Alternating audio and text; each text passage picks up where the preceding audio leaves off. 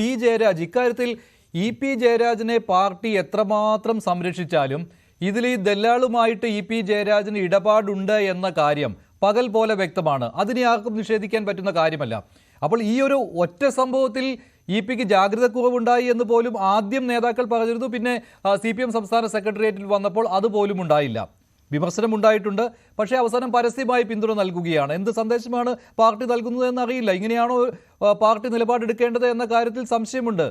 പിന്നെയുള്ള കാര്യം എന്ന് പറയുന്നത് ദല്ലാളുമായി ബന്ധമുണ്ട് എന്ന് പാർട്ടി തന്നെ സമ്മതിക്കുന്നതിലൂടെയും ദല്ലാളിൻ്റെ മൊബൈൽ ഫോൺ നമ്പർ പോലും ബ്ലോക്ക് ചെയ്യണമെന്ന് പിയിലൂടെ ആവശ്യപ്പെടുന്നതിലൂടെയും ഈ ദല്ലാൾ ബന്ധം അരക്കെട്ട് ഉറപ്പിക്കുകയാണല്ലോ. അങ്ങനെയാണെങ്കിൽ ഈ ദല്ലാളുമായി ചേർന്ന് എന്തെല്ലാം കാര്യങ്ങൾ പി ഇവിടെ നടത്തിയിട്ടുണ്ടാവും, എന്തെല്ലാം വഴിവിട്ട സഹായങ്ങൾ ഈ ദല്ലാളിന് നൽകിയിട്ടുണ്ടാവും. മന്ത്രിയായിട്ടുള്ളയാളാണല്ലോ പി ജയരാജൻ. അപ്പോൾ ഇത് ചില്ലറ കാര്യമല്ല. നിങ്ങൾ പറയുന്നത് പോലെ ഒരു സെക്രട്ടേറിയറ്റ് യോഗത്തിൽ വെളുപ്പിച്ചെടുക്കാവുന്ന ഒന്നല്ല പിയും ദല്ലാളുമായിട്ടുള്ള ബന്ധം. ഇങ്ങനെയല്ലായിരുന്നു ചെയ്യേണ്ടത്.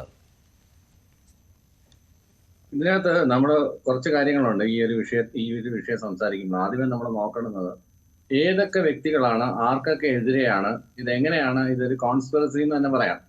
ഈ ഒരു കോൺസ്പിറസി എങ്ങനെയാണ് ഉണ്ടായി വരുന്നതെന്നുള്ള കാര്യം കൃത്യമായിട്ട് തന്നെ നമ്മൾക്ക് ഈ വരികൾക്കിടയിലൂടെ വായിക്കുമ്പോൾ മനസ്സിലാക്കാനായിട്ട് പറ്റും. ആ കോൺസ്പിറസിയിലേക്ക് പോകുന്നതിന് മുമ്പിലേ തന്നെ പി ജയരാജൻ സ്റ്റുഡൻസ് ഫെഡറേഷനിലൂടെയും KSYF-ലൂടെയും പിന്നീട് പാർട്ടിയിലൂടെയൊക്കെ വളർന്നു വന്ന സമുന്നതനായ ഒരു നേതാവാണ്. ഇടതുപക്ഷത്തിനെ സംബന്ധിച്ചിടത്തോളം, വിശിഷ്യ CPM-നെ സംബന്ധിച്ചിടത്തോളം. ഇടതുപക്ഷത്തിനെ സംബന്ധിച്ചിടത്തോളം എങ്ങനെയാണെന്ന് പറഞ്ഞാൽ അദ്ദേഹം LDF-ന്റെ കൺവീനറാണ്. LDF-ന്റെ കൺവീനർ എന്ന് പറയുമ്പോൾ LDF-നകത്ത് ഒരുപാട് പാർട്ടികളുണ്ട്. ആ പാർട്ടികളെല്ലാം കോർഡിനേറ്റ് ചെയ്യുകയും മറ്റാളുകളുമായിട്ടുള്ള ബന്ധം പുലർത്തുകയും ചെയ്യുന്ന ഒരു വളരെ വിപുലമായ പാർട്ടി സെക്രട്ടറിയെ പോലെ വളരെ കൺഫൈൻഡ് ആയിട്ടുള്ള റോളല്ല, കുറച്ചുകൂടി ബ്രോഡർ ആയിട്ടുള്ള റോളാണ് LDF കൺവീനർക്കുള്ളത്. സാധാരണഗതിയിൽ എല്ലാ LDF കൺവീനർമാരും അങ്ങനെ തന്നെയാണ് ചെയ്തിട്ടുള്ളത്. പിന്നീട് ഇതിന്റെ ഒരു വിധി വൈപരീത്യം എന്ന് പറയട്ടെ, ആരെല്ലാം LDF അല്ലെങ്കിൽ UDF-ന്റെ കൺവീനർമാരെ എടുത്ത് നോക്കിയാൽ തന്നെ ഈ മുന്നണി സംവിധാനത്തിൽ കൺവീനറായിട്ടുള്ള ആളുകൾക്കെല്ലാം ഒന്നല്ലെങ്കിൽ മറ്റൊരു തലത്തിൽ പല ഘട്ടങ്ങളിലും ആരോപണങ്ങൾ ഒരുപാട് വരും. അവർക്ക് നേരെ വരാൻ സ്വാഭാവികമാണ്. കാര്യം അവരുടെ ഈ വൈഡ് റേഞ്ച് ഓഫ് കണക്ഷൻസ് ആണ്, അവരുടെ അപ്രോച്ചബിലിറ്റി ആണ്. അത്രയൊന്നും അപ്രോച്ചബിലിറ്റി ഒരു പാർട്ടി സെക്രട്ടറിക്ക് ഉണ്ടാവില്ല. അങ്ങനെയൊന്നും അല്ല ശ്രീ ഡോക്ടർ ബി ജയരാജ്. അങ്ങനെ ഈ LDF കൺവീനർ ആയതുകൊണ്ട് അവർക്ക് വൈഡ് ആയിട്ടുള്ള ബന്ധങ്ങൾ ഉണ്ട്, അതുകൊണ്ട് ഏത് സമയത്തും ആരോപണത്തിന് വിധേയമാകാം എന്നൊന്നുമല്ല. ഇവിടെ LDF കൺവീനറായ പി ജയരാജൻ എന്ന് പറയുന്നത് CPM-ന്റെ അംഗമാണ്, CPM-ന്റെ സമുന്നത നേതാവാണ്. സമ്മതിച്ചല്ലോ, താങ്കൾ പറഞ്ഞല്ലോ സമുന്നത നേതാവാണെന്ന്. അങ്ങനെ ഈ സമുന്നത നേതാവാണെന്ന് പറഞ്ഞുകൊണ്ട് പാർട്ടിയുടെ ഘടനയും പാർട്ടിയുടെ തത്വങ്ങളും അനുസരിച്ച് ആർക്കും ഒരു വിടുതൽ നൽകിയിട്ടില്ല. പാർട്ടി എന്താണ് പറയുന്നത് അത് എല്ലാവർക്കും ബാധകമാണ്. എന്താണ് പറഞ്ഞിട്ടുള്ളത്? കളങ്കിതരുമായിട്ട് പാർട്ടി അംഗങ്ങൾ മാത്രമല്ല, പാർട്ടി അംഗങ്ങളുടെ ബന്ധുക്കൾ പോലും, കുടുംബം പോലും ബന്ധപ്പെടാൻ പാടില്ല എന്നുള്ളതാണ്. അതാണ് ജാഗ്രത കുറവ്, അതുണ്ടാകാൻ പാടില്ല എന്നാണ്. അപ്പോൾ സമുന്നതനായ നേതാവിനാണ് ഇങ്ങനെയൊരു ജാഗ്രത കുറവ് ഉണ്ടായതെങ്കിൽ അതാണ് ഏറ്റവും പ്രധാനം. പാർട്ടിയിലെ മറ്റു താഴേക്കിടയിലുള്ള അംഗങ്ങൾക്കുള്ള ഉണ്ടാവുന്ന പോലെ അല്ല ഈ ജാഗ്രത കുറവ്. ആ ഒരു സന്ദേശമാണ് CPM നൽകേണ്ടത്. എന്നിട്ട് എന്തുകൊണ്ട് പി ജയരാജനെ പ്രൊട്ടക്ട് ചെയ്യുന്നു? ഇങ്ങനെ ഒരു കളങ്കിതനായ വ്യക്തിയുമായിട്ട്. കളങ്കിതനാണ് ദല്ലാൽ നന്ദകുമാർ എന്ന കാര്യത്തിൽ പാർട്ടിക്ക് സംശയമില്ലല്ലോ. മുഖ്യമന്ത്രി തന്നെ ഉപമിച്ചത് പാപി എന്നാണല്ലോ. അപ്പോൾ കളങ്കിതനാണ് ദല്ലാൽ നന്ദകുമാർ പാർട്ടിയുടെ കണ്ണിൽ. അങ്ങനെയെങ്കിൽ ഈ പാപിയുമായിട്ട് ബന്ധം പുലർത്തിയ LDF കൺവീനർ എന്ന ആ ഒരു സൗമനസ്യം കാട്ടിക്കൊണ്ട് പിക്ക് എങ്ങനെ വിടുതൽ നൽകാൻ കഴിയും? അങ്ങനെ സംഭവിച്ചുകൂടാ. അങ്ങനെയല്ല പാർട്ടി ചെയ്യേണ്ടിയിരുന്നത്.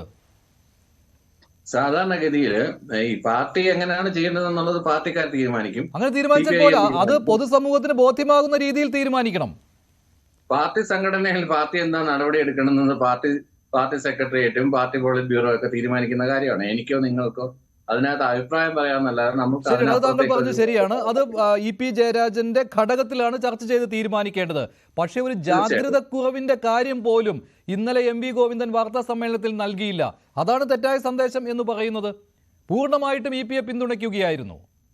ഇതിനകത്ത് ഞാൻ പറഞ്ഞില്ലേ ആദ്യമേ തന്നെ ഇതിനകത്ത് ഒരു കോൺസ്പിറസി മണക്കുന്നുണ്ട്. എവിടെ നിന്നാണ്? ആദ്യമേ സ്വപ്ന സുരേഷിനെ കൊണ്ടുവന്ന് ഇറക്കിയിട്ട്, അപ്പൊ സ്വപ്ന സുരേഷിനെ ഇലക്ഷൻ ഇറക്കി കഴിഞ്ഞാൽ അത് വിൽക്കില്ല എന്ന് മനസ്സിലായപ്പോൾ നന്ദകുമാർ നേരത്തെ തന്നെ കുറെ സ്റ്റേറ്റ്മെന്റ് നടത്തിയിരുന്നു. അതിനകത്ത് BJP-യുടെ നേതാവായിട്ടുള്ള ശോഭ സുരേന്ദ്രനെതിരെ ഒരു വസ്തു ഇടപാടുമായിട്ട് ബന്ധപ്പെട്ടിട്ട് ഒരു ആരോപണം കൊണ്ടുവന്നു. അതിനുശേഷം പിന്നീട് ശോഭ സുരേന്ദ്രനെ ഒറ്റപ്പെടുത്തി സംസാരിക്കുന്ന രീതിയിലുള്ള കാര്യങ്ങൾ കൊണ്ടുവന്നു. പിന്നീടാണ് ഈ പ്രകാശ് ജാവേദ്കറിനെ കണ്ട ഒരു വിഷയം ഇ.പിയുടെ വീട്ടിൽ വെച്ച് കണ്ട ഒരു വിഷയം ഉന്നയിക്കുന്നത്. പിന്നീട് ശോഭാ സുരേന്ദ്രനും കെ സുധാകരനും കൂടെ ചേർന്നിട്ട് ഒരേ ഭാഷയിൽ സംസാരിക്കാൻ തുടങ്ങുകയും കെ സുധാകരൻ പറഞ്ഞു കൊടുക്കുന്നത് പോലെ ശോഭാ സുരേന്ദ്രൻ പറയാൻ തുടങ്ങിയതും ഇത് മുഴുവൻ ഈ കുന്തമന മുഴുവൻ ഇ.പി അല്ല ഇവിടെ എയിം എന്ന് പറയുന്നത് CM ആണ്. അതാണ് പ്രധാനപ്പെട്ട ഒരു വിഷയം. ഇ.പി അല്ല ഉന്നം വയ്ക്കുന്നതെന്ന് കൃത്യമായിട്ട് എല്ലാവർക്കും അറിയാം. ഇത് എങ്ങനെയാണെന്ന് വെച്ചാലും എന്ത് കുറ്റം വന്നാലും ഇത് കൊണ്ടുവന്ന് എത്തേണ്ടുന്നത് ചീഫ് മിനിസ്റ്ററുടെ പേരിലാണ്, അല്ലെങ്കിൽ പിണറായി വിജയന്റെ തലയിലാണെന്നുള്ള കാര്യം എല്ലാ പാർട്ടി ആരും തലയിൽ വെച്ച് കൊടുക്കുന്നതല്ല ഡോക്ടർ ബി ജയരാജ്. ഇത് ആരും പോയി പിണറായി വിജയന്റെ തലയിൽ വെച്ച് കൊടുക്കുന്ന ഒന്നല്ല.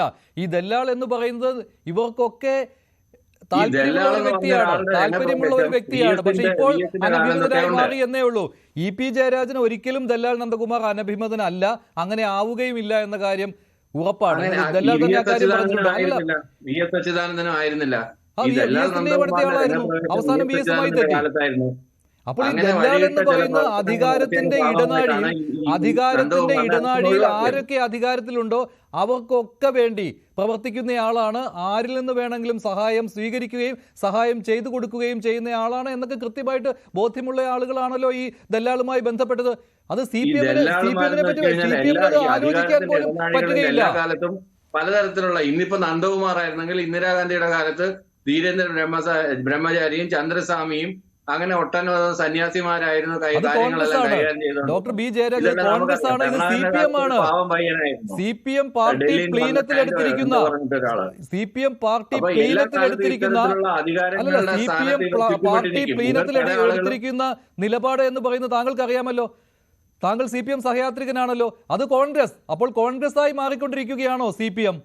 ഇത്തരത്തിലുള്ള അവതാരങ്ങളെ മാറോട് ചേർത്ത് പിടിച്ചുകൊണ്ടിരിക്കുകയാണോ CPM അതിനകത്ത് എക്സെപ്ഷൻ ഒന്നുമല്ല. കാര്യം ഒരു സമൂഹത്തിൽ ജീവിക്കുന്നതാണ്. ഇത്തരത്തിലുള്ള പരാന്നഭോജികൾ എല്ലാ അധികാര സ്ഥാനങ്ങളെയും ചുറ്റിപ്പറ്റി നടക്കും. അതിനകത്ത് അതിനകത്ത് വൾണറബിൾ ആയിട്ടുള്ള ആളുകളെ അവര് എയിം ചെയ്യും, അവര് ബെയിറ്റ് ഇട്ട് കൊടുക്കും, അവരെ അതിനകത്ത് കൊത്തും, അങ്ങനെയുള്ളവരെ ട്രാപ്പ് ചെയ്യുകയും അവരെ പിന്നീട് ബ്ലാക്ക് മെയിലിംഗ് ചെയ്യുകയും അവരുടെ കാര്യങ്ങളൊക്കെ നടത്തിയെടുക്കാൻ ശ്രമിക്കുകയൊക്കെ ചെയ്യുന്നത് നമ്മൾ വർഷാവർഷങ്ങളായിട്ട് കണ്ടുകൊണ്ടിരിക്കുന്നതാണ്. ഇ.പി ജയരാജനെ പോലെയുള്ള ഒരാളിനെ അങ്ങനെയാണ് ഈ നന്ദകുമാറുമായിട്ടുള്ള ബന്ധം. അപ്പൊ നന്ദകുമാർ പറഞ്ഞത് ഇപ്പോൾ പറയുന്നത് വേറെ പല കാര്യങ്ങളുമാണ് നന്ദകുമാർ പറയുന്നത്. ഇന്നലെ പറഞ്ഞുകൊണ്ടിരുന്ന കാര്യമല്ല ഇപ്പോൾ പറയുന്നത്, നാളെ പറയുന്ന മറ്റെന്തെങ്കിലും ആയിരിക്കും. നന്ദകുമാറിനെ പോലുള്ള ഷേഡി ക്യാരക്ടേഴ്സിന്റെ വാക്കുകളെ നമ്മൾ എത്ര ശതമാനം മുഖവിലേക്ക് എടുക്കാമെന്നുള്ളത് മാധ്യമങ്ങൾ ആദ്യം പരിശോധിക്കണം. ശരി, നന്ദകുമാറിന്റെ വാക്കുകൾ മുഖവിലേക്ക് എടുത്തുകൊണ്ടല്ല, നന്ദകുമാറിന്റെ വാക്കുകൾ പൂർണ്ണമായിട്ട് മുഖവിലേക്ക് എടുത്തുകൊണ്ടല്ല സംസാരിക്കുന്നത്. പക്ഷേ ഈ ഷേഡി ക്യാരക്ടറുമായിട്ട് അടുത്ത ബന്ധം സ്ഥാപിച്ചിട്ടുള്ള നേതാവാണ് ഇ.പി ജയരാജൻ എന്ന് പാർട്ടി തന്നെ പറയുമ്പോൾ അത് ചർച്ച ചെയ്യേണ്ടി വരും. അപ്പോൾ നന്ദകുമാറിന്റെ ചെയ്തികൾക്ക് ഇ.പി ജയരാജനും വളം വെച്ച് കൊടുക്കുകയായിരുന്നു, കൊടുക്കൽ വാങ്ങൽ ഉണ്ടായിട്ടുണ്ട് എന്ന് സ്വാഭാവികമായിട്ടും സംശയിക്കും. അതിൽ തെറ്റ് പറഞ്ഞിട്ട് കാര്യമില്ല. താങ്കൾ പാർട്ടിയുടെ നിലപാട് തന്നെ തള്ളിപ്പറയുകയാണ്. പാർട്ടിയുടെ നിലപാട് തന്നെ താങ്കൾ തള്ളിപ്പറയുകയാണ്. ഒരുപാട് രീതിയിലുള്ള കഥകൾ മെനയാം. അല്ല, പാർട്ടിയുടെ നിലപാട് തന്നെ പറയുകയാണ്. കളങ്കിതരുമായിട്ട് സാമീപ്യം പോലും പാടില്ല എന്നുള്ള പാർട്ടിയുടെ നിലപാട് തന്നെ താങ്കൾ തള്ളിപ്പറയുകയാണ്. ശ്രീ വസന്ത് തെങ്ങുംപള്ളി, ഇത് LDF കൺവീനർ എന്ന നിലയിൽ ഇ.പി ജയരാജന് പലരുമായിട്ടും സമ്പർക്കം പുലർത്തേണ്ടി വരും. അതിലൊന്നായിട്ട് കണ്ടാൽ മതി. അത് മാത്രമല്ല, അങ്ങനെ ഇ.പിയെ വിറ്റ് കാശാക്കുന്ന കൂട്ടത്തിലുള്ളയാളാണ്. മനുഷ്യരെ അങ്ങനെ പറഞ്ഞിട്ട് കാര്യമില്ല. അങ്ങനെയാണെങ്കിൽ LDF കൺവീനർ എന്ന് പറഞ്ഞ സ്ഥാനത്തിരിക്കാൻ അദ്ദേഹം യോഗ്യനുമല്ല ഡോക്ടർ ബി ജയരാജ്. കാരണം അധികാരത്തിൽ നിന്ന് ആസ്വദിക്കുന്ന കാര്യങ്ങളെല്ലാം ഒരു ദല്ലാളിന് തീരെഴുതി കൊടുക്കാനാണെങ്കിൽ അങ്ങനെ ഇ.പി ജയരാജന് LDF കൺവീനർ സ്ഥാനത്ത് വിരാജിക്കാൻ പറ്റില്ല. ശരി, പഴയ രീതിയിലാണ് പോകുന്നതെങ്കിൽ അത് അന്നേരം പാർട്ടി എന്താന്ന് വെച്ചാൽ കാര്യങ്ങൾ നടപടിയെടുക്കും. ശരി, ശ്രീ വസന്ത് തെങ്ങുംപള്ളി, അങ്ങനെ പാർട്ടി അങ്ങനെ നടപടി എടുത്താൽ മതിയോ? വില കൊടുത്തും ഇവിടെ BJP ക്യാൻഡിഡേറ്റിനെ ജയിപ്പിച്ചെടുക്കാനായിട്ട് അതിന് ചില ഓഫറുകൾ വെക്കുകയാണ്. സുപ്രീം കോടതിയിൽ കിടക്കുന്ന ഒരു കേസ് ഒഴിവാക്കി തരാമെന്നും അല്ലെങ്കിൽ മറ്റു പല ഇതൊക്കെയാണ് പറയുന്നത്. ഇതൊക്കെ ആരെങ്കിലും വിശ്വസിക്കുന്ന കാര്യങ്ങളാണോ? എന്റെ പൊന്നു ഡോക്ടർ ബി ജയരാജ് എന്താണ് സംസാരിക്കാൻ വരുന്നതെന്നും ഗവർണർ ആക്കാമെന്നും വേറെ ആൾക്ക് വേറെ പണം സമ്പാദിച്ചു കൊടുക്കാമെന്നും ഇങ്ങനെയൊക്കെ പലതരത്തിലുള്ള ഓഫറുകൾ പല ആളുകളുടെ മുന്നിൽ ഇത്തരം ആളുകൾ കൊണ്ടുവന്ന് വെക്കും. ഇതിനകത്ത് ഒരു സർപ്രൈസ് ഉണ്ട്, ഒരാൾ വരുന്നുണ്ടെന്ന് പറഞ്ഞിട്ടാണ് ജാവേദ്കർ. ഇപ്പൊ ജാവേദ്കറിന് ഈ ദല്ലാൽ നന്ദകുമാറിന്റെ ഒന്നും ആവശ്യമില്ല. കേന്ദ്രമന്ത്രിയാണ്, BJPയുടെ ചാർജുള്ള ആളാണ്, ഡയറക്റ്റ് മീറ്റ് ചെയ്യാവുന്നതാണ്. ആർക്കും ഒരു പ്രശ്നമില്ല അതിനകത്തൊന്നും. എന്തുകൊണ്ടാണ് AK സെന്ററിന് നേരെ ഓപ്പോസിറ്റുള്ള ചിന്താ ഫ്ലാറ്റ് ഒഴിവാക്കിയത്? എന്തുകൊണ്ടാണ് ചിന്താ ഫ്ലാറ്റ് ഒഴിവാക്കി ആക്കുളത്തുള്ള ഇ.പിയുടെ മകന്റെ ഫ്ലാറ്റിലേക്ക് വന്നത്? എന്തുകൊണ്ടാണ് അവിടെ കയറുവാനുള്ള ആ ആക്സസ് സമയത്ത് ഫ്രീ എവിടെ ആക്കി ഉണ്ട്? ഇട്ടുകൊടുത്തത്? ആ സമയത്ത് എന്തുകൊണ്ടാണ് എവിടെ ഉണ്ട് ഗൺമാനെ എന്ന് അവിടെ നിന്ന് തിരക്കിയിട്ടാണ് മാറ്റിയത്? എന്തുകൊണ്ടാണ് ഗൺമാനെ അവിടെ അയാൾ നിന്ന് പറയുന്ന മാറ്റിയത്? എല്ലാ കാര്യങ്ങളും ഇത്തരം വിശ്വസിക്കാൻ ഈ കാര്യങ്ങൾക്ക് ഒരു കാര്യങ്ങൾ ഉത്തരവുമില്ല. വിശ്വസിച്ചേ പറ്റൂ. ഡോക്ടർ ബി അയാൾ ജയരാജ്, ആ ശ്രീ വഴി വസന്ത് യാത്ര തങ്കമണി താങ്കൾക്ക് ചെയ്യുകയായിരുന്നു. ആ പറയാം. സമയത്താണ് ഡോക്ടർ ബി വിളിച്ചു ജയരാജ് ചോദിക്കുന്നു, നിർത്തൂ. അങ്ങനെ കയറി വരുന്നു. ശ്രീ വസന്ത് അല്ലാതെ തങ്കമണി അയാൾക്ക് വേണ്ടി താങ്കൾക്ക് പറയാം. വെയിറ്റ് ചെയ്തിരിക്കുകയോ അല്ലെങ്കിൽ അവിടെ ചർച്ച നടത്തുകയോ അതിനകത്ത് എന്തെങ്കിലും ഡീൽ ഉറപ്പിക്കലോ അങ്ങനെയൊക്കെ നമുക്ക് സ്വപ്നം കാണാം, അങ്ങനെയൊക്കെ കഥകൾ ഉണ്ടാക്കാമെന്നുള്ളതല്ലാതെ എന്തായാലും EP പറഞ്ഞ കാര്യങ്ങൾ പാർട്ടിയിലുള്ള മുഴുവൻ അംഗങ്ങൾക്കും വ്യക്തമായി. EP-ക്ക് അവസരം കിട്ടിയപ്പോൾ EP-ക്ക് പറയാനുള്ള കാര്യങ്ങൾ താങ്കളിലേക്ക് വരാം. ശരി, ഡോക്ടർ ബി ജയരാജ് താങ്കളിലേക്ക് വരാം. ശ്രീ വസന്ത് പറയൂ. ക്ലീൻ ചീറ്റ് കൊടുത്ത് EP വെളിയിൽ ഇറങ്ങി വന്നതും അല്ലാതെ EP സംരക്ഷിക്കുന്നതിന്റെ വിഷയമൊന്നും ഇവിടെ വരുന്നില്ല.